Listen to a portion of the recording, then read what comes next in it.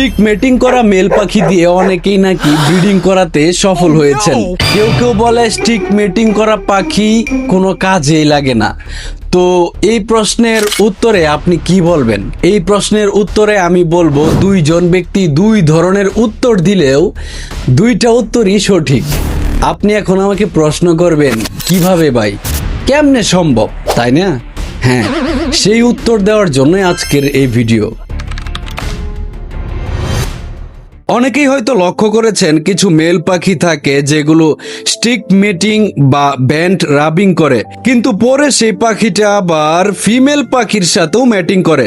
আশ্চর্যের বিষয় হচ্ছে এই ধরনের মেল পাখি থেকেও বাচ্চা পাওয়া যায়, অর্থাৎ সেই ডিম ফার্টাইল হয়।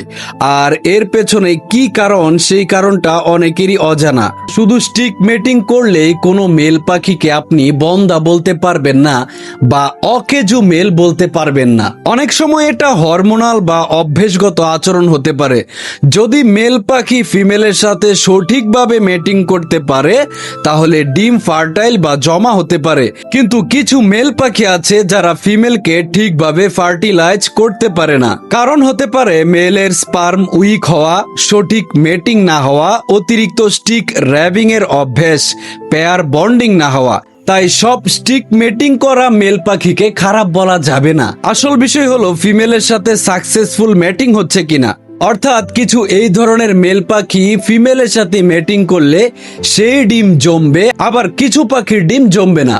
এটা নির্ভর করে ব্রিডিং ক্যাপাবিলিটি আর সাকসেসফুল মেটিং এর উপর। তাই স্টিক মেটিং করা সব মেলকে খারাপ বলা যাবে না, আবার সব মেল পাখিকে ভালো বলা যাবে না।